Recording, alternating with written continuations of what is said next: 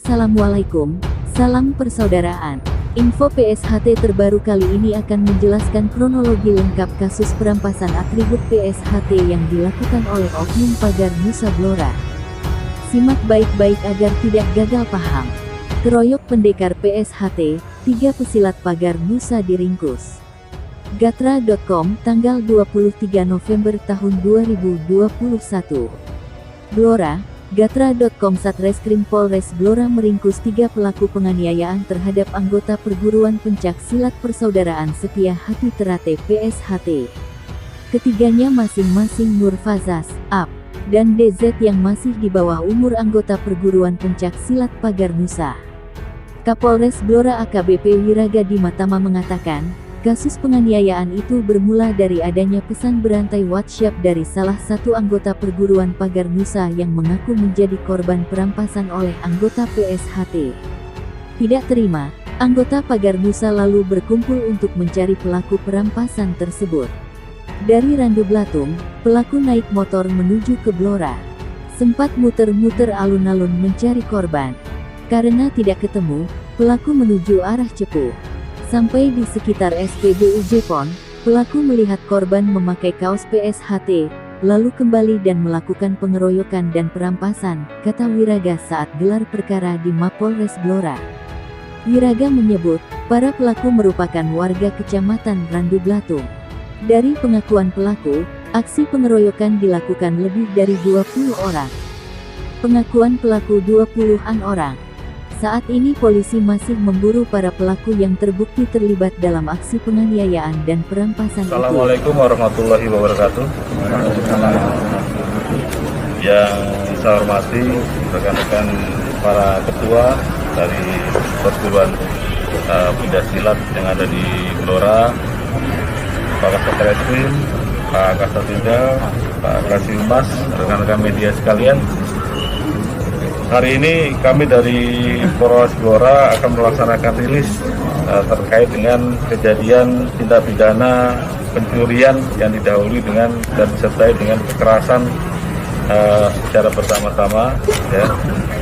Yang mana kejadian ini terjadi pada tanggal 21 November 2021 sekitar pukul 12.00. Untuk TKP itu di sekitaran Kecamatan Jepon, ya, tepatnya di SPBU Jepon, ya, SPBU Jepon, ya. Untuk tersangka yang dapat kami amankan, yang pertama atas nama Nur Fazas alias MS bin Sarmin, umur 18 tahun, untuk alamat di Desa Kutukan, Kecamatan Randu Blatung. Kemudian ada beberapa tersangka lagi yang berinisial HBH,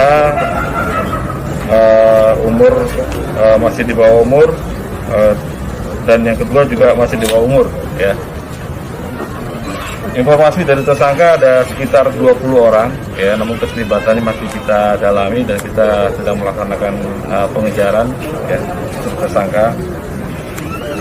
Jadi latar belakang kejadian ini itu berawal dari adanya informasi melalui pesan berantai WhatsApp yang sifatnya hoax, ya. Ada informasi dari salah satu perguruan silat yang ada di Blora, ada jaketnya yang dirampas secara paksa, ya, oleh salah satu perguruan pencak silat yang ada di Blora juga, ya. Informasi yang belum jelas ini tidak dikonfirmasi terlebih dahulu, kemudian langsung para tersangka yang sekitar jumlah 20 orang ini berkumpul di sekitar SPBU Randu Blatung, kemudian janjian kumpul di Blora, kemudian beberapa waktu berputar-putar mencari salah satu yang menurut informasi melakukan pengambilan paksa jaket perguruan pencak silat ini tersebut. Ya, setelah dilakukan pencarian sekitar beberapa kali berputar-putar di alun-alun sampai kota Blora, akhirnya mereka sekitar pukul 12 waktu Indonesia Barat atau malam di daerah tepatnya di SPBU Jepon, ditemukanlah korban ini sedang menggunakan baju atau kaos berlogo salah satu juga perguruan pesilat yang dicari. Ya.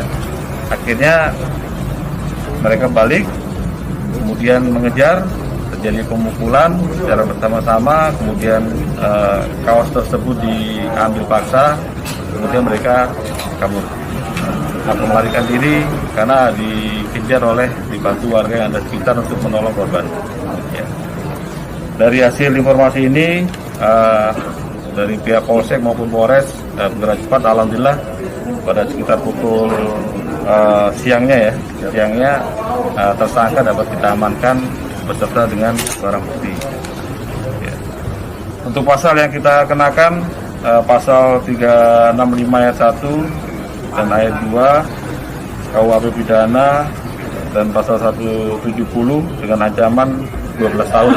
Ya. Untuk barang bukti yang dapat kita amankan, yang pertama kita sudah melaksanakan visum terhadap korban, kemudian 1 unit sepeda motor, 2 unit HP, 2 unit sepeda motor dan 2 unit HP, ya, yang sudah kita amankan. 1 masih berada di rumah korban. Kemudian untuk tersangka yang lain sedang kita laksanakan pencarian dan pengejaran untuk dapat kita keterangan, termasuk nanti orang atau pelaku yang sengaja mengedarkan pesan berantai hoak, itu akan kita pidanakan atau kita proses sesuai dengan hukum yang berlaku. Itu rekan-rekan sekalian yang dapat saya sampaikan. Pesan yang dapat saya sampaikan kepada masyarakat, tolong para orang tua untuk selalu menjaga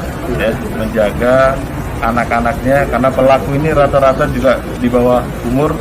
Hanya ada 1 orang yang pelaku utama ini berumur 18 tahun. Mereka masih butuh pendampingan terhadap dari orang tua masing-masing. Ya. Tolong dijaga betul, kemudian disampaikan, jangan juga terpancing berita-berita yang tidak benar atau hoax yang efeknya bisa berakibat fatal.